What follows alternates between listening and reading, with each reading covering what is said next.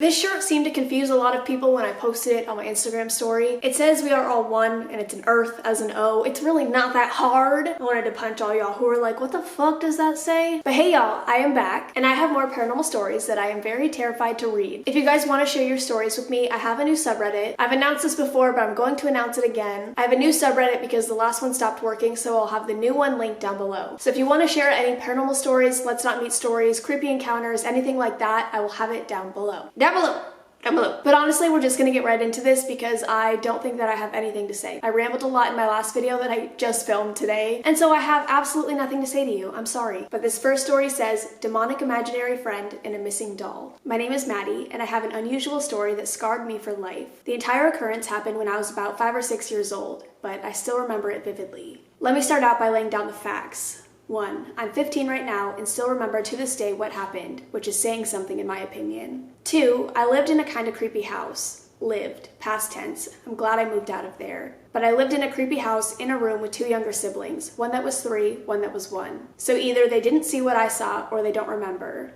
This post is very out of the ordinary, so be ready. I'll start off at the beginning. I had a demonic imaginary friend. Well, more of an acquaintance. It never spoke to me, I spoke to it. As I said, I was 5 years old when it showed up. It showed up in the corner of my room one day, and it stayed there for a whole year. The best way I can describe the thing was that it had a spider-like body, 8 long pitch-black arms and legs that were all spiky and gross. But the kicker is, it had a human face. The thing that haunts me to this day is its smile. It never stopped smiling. The smile stretched from ear to ear with spiky teeth. I know the smile thing is cliche, but even as a kid, I knew that nothing should have a mouth that wide. Like, ew. Its eyes were human-like, and it didn't have a nose, almost like Voldemort. Also, it was like it was wearing a poorly made black-haired wig. I don't know why, but I never really questioned the thing in the corner of my room. I'll just call it Spider-Man of my nightmares because I'm tired of calling it the thing. As a kid, I knew it was normal to have imaginary friends because my friends told me they had one, and I was like, oh cool, it's not weird, this is normal. But then my friends told me their imaginary friends were unicorns or fairies or angels with shiny wings. That was the first thing that tipped me off that this thing might not be what I thought it was. I would sit on my bed and look in the corner that was always slightly darker than the others, where nightmare spiders sat. Or perched. I don't know how to describe it. Whatever spiders do when they're sitting. I would actually tell the spider guy my problems, like a kid stole my favorite silly band or I dropped my cookie at lunch and ants got on it. The spider dude never answered, never even moved, except to sometimes shift its legs to a more comfortable position. That's so fucking creepy to think about. At first, I wasn't uncomfortable with it. I just avoided the corner or tried to make friends with it. I don't know what I was doing. I'm just a very friendly person and I thought it looked lonely. But every time I told a friend of mine that my imaginary friend was some creepy little arachnid dude, I would get strange stares and I got more worried. I started noticing that at night, Spider Guy would stare at me, most likely thinking I was asleep. I eventually told my mother this, but she looked at the corner and told me the corner just looked darker than usual, much to my dismay. As the weeks turned into months, I got more spooked by the smiling spider. So much so that I would avoid ever going into my room except to sleep there. I was a calm child, so I never really requested to sleep in my parents' room, except when my little siblings cried too loudly at night. Those nights I slept in my parents' room were the best, because I didn't get the awful feeling of being watched every second. Now, here's the actual creepy part. Not that the rest of this wasn't unsettling, because it sure as heck was. The days leading up to Spider-Man of my Nightmare's disappearance, strange things started happening. This was around the year mark of our little guy living in my room. I try to talk comically about it because it takes away the feeling of nausea I get when I think about it. I would start having nightmares of it leaving the corner and crawling underneath my bed, all over my body, on my ceiling, etc. I would wake up sweating to find that thing still in the corner, thank goodness. But the nightmares progressively got worse, with the spider creepy crawling all over my body with its nasty pointy legs on my skin. The worst part was in my dreams I couldn't move to escape it. I was stuck with its little spider legs touching me and I would wake up crying. I have a horrible fear of spiders now and their legs just because of that feeling in my dreams. And sometimes, just sometimes, its smile would turn into a frown in my nightmare. And that was the part that made my blood run cold, because even in a dream, I was afraid I upset it. Now fast forward a bit. My parents bought me an elastic/rubber Pink Panther doll as a gift for getting a good grade in preschool or something. You know, the type of doll you can stretch its limbs and twist them. Pink Panther was one of my favorite TV shows when I was little, so the doll gave me so much joy. I was so happy about it that I stayed up late playing with it. I finally ignored the thing and noticed out of the corner of my eye its smile was now a deep-set frown. I laid my head on the pillow, grasping at the doll tightly, and I remember thinking, Pink Panther will keep me safe. And that thought comforted me, and I fell asleep, which was a very stupid move.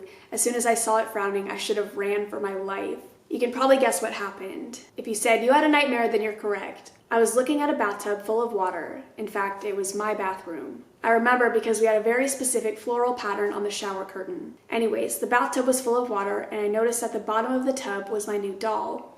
I reached to grab it. I swear I could feel the water. All of a sudden, the drain at the bottom of the tub started draining the water out.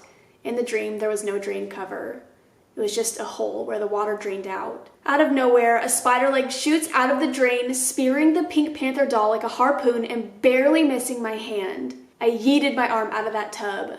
No way was my arm getting shanked. The doll was dragged down the drain. I woke up and realized it was morning. I looked over at the corner in disbelief. The Spider-Man of my nightmares was gone, but here's the catch. So was my doll.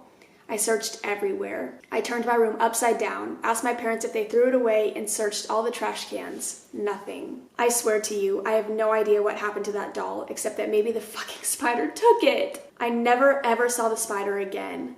We moved maybe a month later, so we absolutely should have found the doll if it was just lost in the house somehow. The only thing I can think of is that the thing was mad at how much joy the toy brought me, and it was mad that I ignored it, so it took the doll and it left. Now, whenever I see a spider, I smash it and throw it away.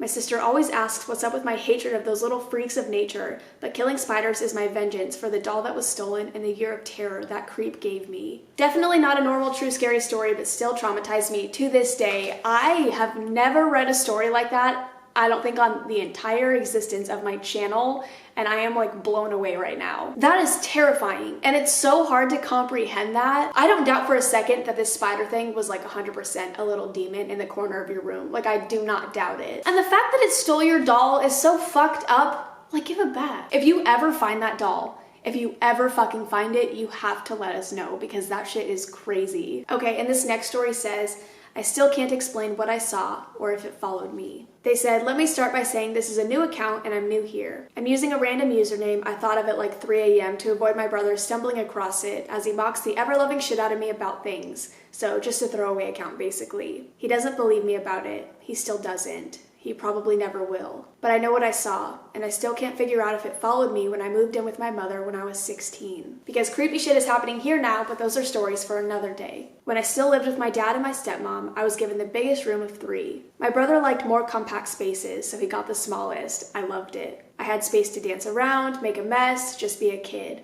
But then things got weird. Shadows, noises, creaking where there shouldn't have been creaking. At one point, I distinctly remember hearing a woman's voice say, "It's gonna get cold," in my fucking ear, in a kind of evil manner, and then feeling my entire stomach and chest go fucking icy, even when I was under 2 blankets. Then came the trouble. From ages 12 to 14, I would get in trouble constantly. For context, my parents' room was right next to mine at the time. The walls were thin, and the floorboards were pretty creaky in some places. My parents would complain at me in the morning that I had been talking in my sleep, whispering.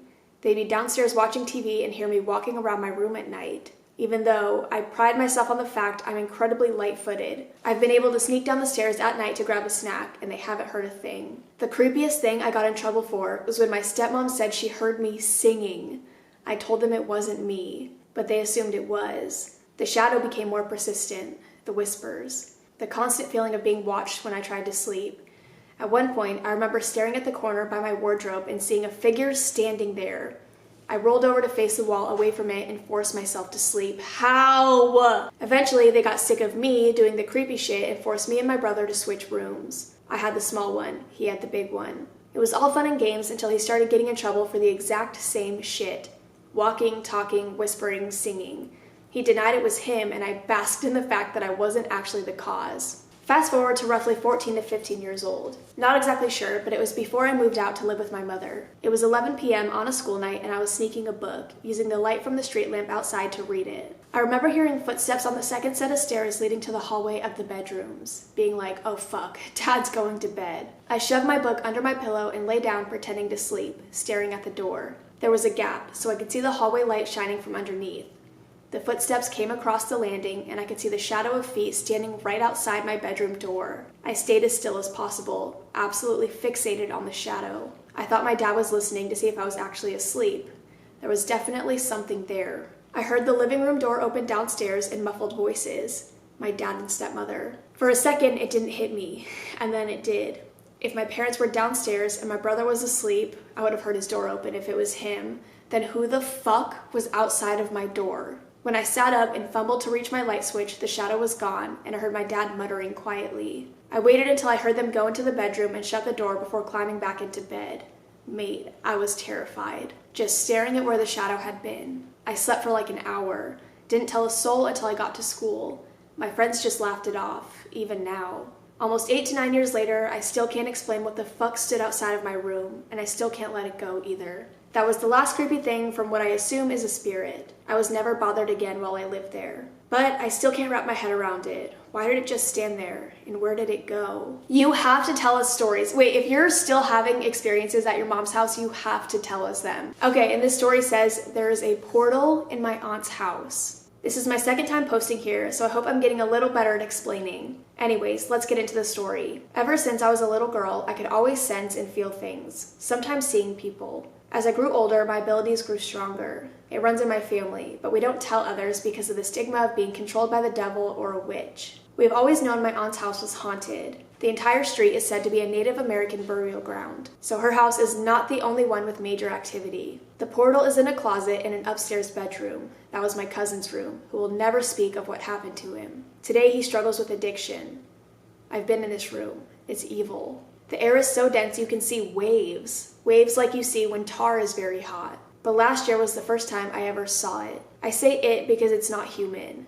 Imagine a child-height creature with gray, dry skin lacking any muscle. No ears, black holes for eyes that glow, and a black, sinister grin. Contorting its body to look down the stairs. Crouched down, twisting torso, peering into the step below.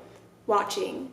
It feeds off of fear. Well, I'm terrified right now, so I better not see this bitch. Disturbing sleep, turning on TVs that aren't plugged in, always watching. I've gotten the name of this demon, but I will not speak it out loud. It starts with a B, so I'm sure you'll be able to narrow it down. We have tried to cleanse the portal, but the creature gets angry and will attach itself to whoever is trying to rid it. My aunt is scared. I gave her some advice of what to do and what not to do. She now has protective crystals surrounding the portal and one at her bedside table. It worked for 2 days, so now we're going to bury them on the 4 corners of the property line. If this fails to work, we're gonna have to bring in a shaman to properly close the portal. This is literally like, what the fuck? I need more details. I need way more details. Also, down the street from her home is another house plagued by a portal. This time, it was deadly. The father of the home went to murder a colleague at work, sending him to life in prison. He said the portal made him do it, but of course no one believed him. I went to school with his son. Very religious, kind-hearted guy. I felt so bad for him. If you guys would like updates, let me know. I have many more paranormal experiences as well. Oh my god! You have to tell us more. You have to. Holy shit. Holy shit. That is terrifying. And I don't know any other word to describe what the fuck? Okay, we're gonna read one more. This one says, Haunted Asylum, attacked by a demon. This happened a couple days ago. My family and I went to an old asylum while on vacation. They had renovated it up a bit and put a couple of stores and a restaurant inside, so my father thought it would be a nice place to visit. Ha. When we first drove into the driveway, I was overcome with dizziness. I couldn't see straight, and I couldn't finish typing the message I had been typing before we pulled in. As I got out of the car, the dizziness subsided for the most part, and we all went inside. It still looked like an asylum. The doors were like metal cage doors. The floor was old and cracked. The walls were old yellowed bricks, and there were entrances that were covered over with more bricks so nobody could enter. As we began walking down the halls, I noticed something was off. The overall feeling in the place was just terrible. I started getting a headache, but it was only minor. I know spirits can give people headaches and stomach aches, so I was not surprised. As I said, mine was minor, but I couldn't help but notice that my sister was getting worse and worse. As we continued walking down the hall, we stopped to look at one of the stores. There was an old-looking metal door that resembled something that would be on an animal's cage. It was just a pitch-black empty room on the other side. I had mentioned to my mother the feeling I had about the place, and as a joke, she held me close to the cage and said, "Look in there, do you see a ghost yet?" As they were all laughing, I stood there in shock. for there was someone on the other side of the gate looking back at me. I ripped away from her grasp and kept walking down the hall away from the cage-like door. Holy shit. My sister was giving me a look, so I knew she wanted to tell me something.